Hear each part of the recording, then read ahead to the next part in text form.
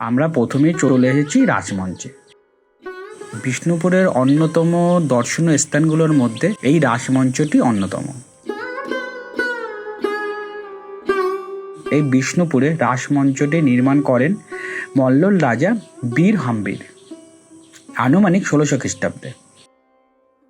এটি মল্লভূম সাম্রাজ্যের এক অনন্য নিদর্শন। এই রাসমঞ্চের স্থাপত্যটি খুবই অনন্য। এর সবচেয়ে বড় আকর্ষণ হলো এর অন্যতম স্থাপত্য। এর নিচের অংশটি ল্যাটেরাইট পাথর দিয়ে তৈরি, যা ঐতিহ্যবাহী বাংলা সাজ অনুযায়ী তৈরি, আর ওপরের অংশটি পিরামিডের মতন, যেটি ইট দিয়ে তৈরি হয়েছে, এবং ওপর থেকে দেখলে এটাকে বাঙালিদের কুঁড়ে ঘরের মতন লাগে।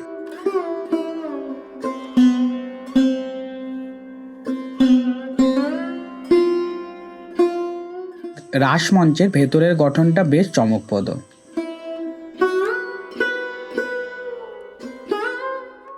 এর ভেতরে মূল মন্দিরের চারপাশে রয়েছে 3টি সারিবদ্ধ করিডোর বা গ্যালারি, যেগুলো তৈরি হয়েছে চমৎকার কিলনা আর অনেকগুলো স্তম্ভ দিয়ে, যেগুলো দেখতে অনেকটা গোলক ধাঁধার মতন।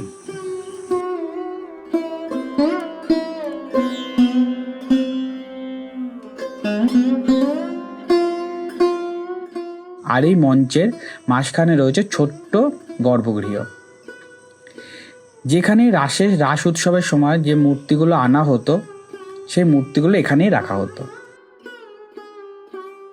আর অনেক ঐতিহাসিকদের মতে এই মন্দিরের ভেতরে বিপদের সময় রাজার পলানোর জন্য একটা গোপন সুড়ঙ্গ করা আছে। আর্কিওলজিক্যাল সার্ভে অফ ইন্ডিয়া এর তত্ত্বাবধানে আছে, আর তার জন্যেই তুমি এই মন্দিরগুলোতে ঢুকতে গেলে তোমাকে একটা টিকিট কাটতে হয়। তো অনলাইন গিয়ে কাটলে তোমাদেরকে কাটতে হবে pabharat.org.in এই সাইটটাতে গিয়ে এখান থেকে সিলেক্ট করে তোমাদেরকে কাটতে হবে। কিউআর কোডে স্ক্যান করলে ডাইরেক্টলি পেমেন্ট অপশানে ঢুকে যাবে। তো আমি সাজেস্ট করবো অনলাইন পেমেন্ট করার জন্য, কারণ অনলাইনে পেমেন্ট করলে ইন্ডিয়ানদের জন্য 20 টাকা, আর সেটা অফলাইনে করলে 25 টাকা। বিষ্ণুপুরে অনেকগুলো মন্দির আছে, তার ভেতরে রাসমঞ্চ, শ্যামরাই ও জোড়া বাংলা এই 3টে মন্দিরের জন্যই তোমাদের এই পেমেন্টটা করতে হবে বা টিকিটটা কাটতে হবে। তো সেক্ষেত্রে তুমি যে কোনো মন্দিরে গেলেই এই টিকিট বুক করার অপশান পাবে, অথবা অনলাইন অপশান পেয়েই যাবে।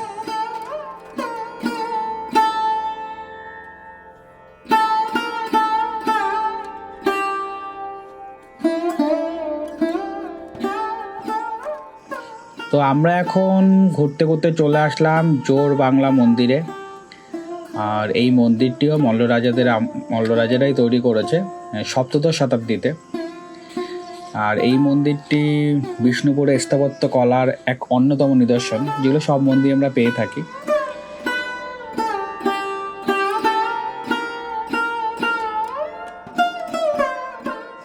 এই মন্দিরটি জোড় বাংলা নাম হওয়ার কারণ হলো দুটো চালা একসাথে যুক্ত হয়ে এই মন্দিরটি তৈরি হয়েছে, যেটা তোমরা দেখতেই পাচ্ছ।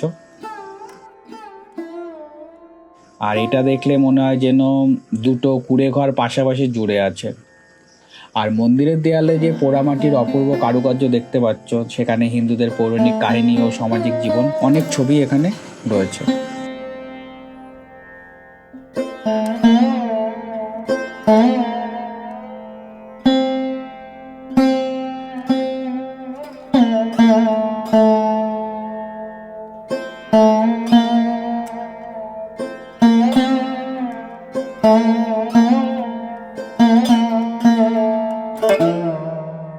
মন্দির থেকে বেরিয়েই সামনে আমরা দেখতে পেলাম সুন্দর মাটির কিছু শিল্প, আর সেটা দেখতে আমরা ব্যস্ত হয়ে গেলাম।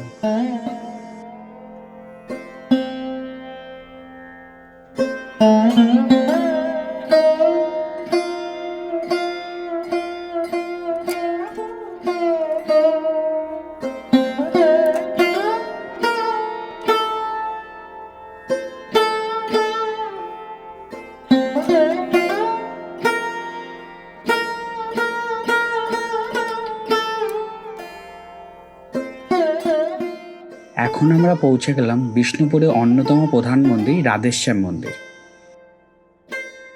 এই মন্দিরটির স্থাপত্য শিল্প জোড় বাংলা মন্দির থেকে কিছুটা আলাদা।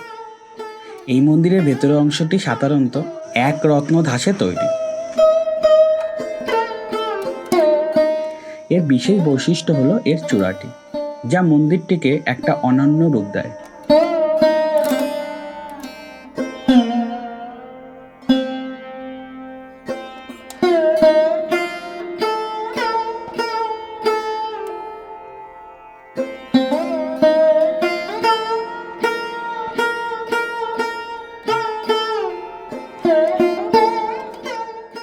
মন্দিরের দেয়ালে রামায়ণ ও মহাভারতের নানা দৃশ্য খোদাই করা রয়েছে, যা ঐতিহাসিক সাক্ষী হয়ে আছে।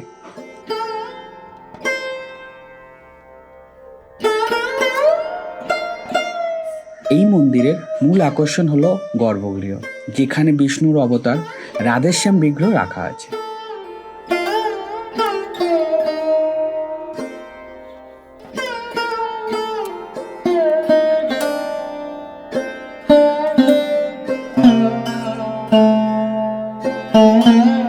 মূল মন্দিরটি ছাড়া এই মন্দির প্রাঙ্গণে আপনি দেখতে পাবেন একটি ভোগ মণ্ডপ, যা মূলত দেবতাদের উদ্দেশ্যে ভোগ নিবেদনের জন্য তৈরি।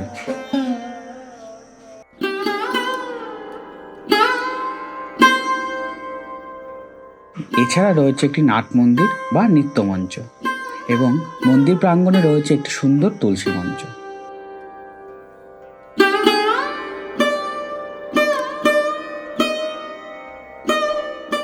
এই মন্দিরটির চারপাশে টানা বারান্দা আছে, যেখান দিয়ে ভক্তরা মন্দিরটির চারপাশে প্রদক্ষিণ করতে পারবে।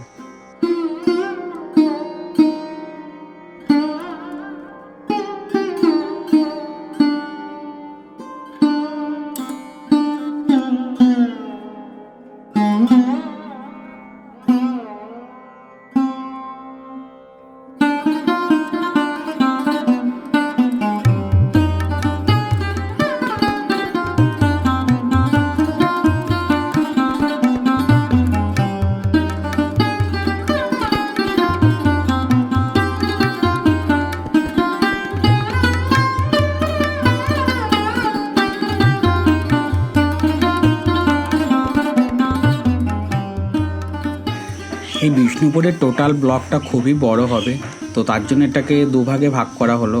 তো এটা আমাদের পার্ট 1, আর পার্ট 2তে আমরা আপনাদের যাতায়াত কীভাবে করবেন, কোথায় নেমে যাবেন, পুরো ডিটেলসটা আপনাদেরকে শেয়ার করে দেবো।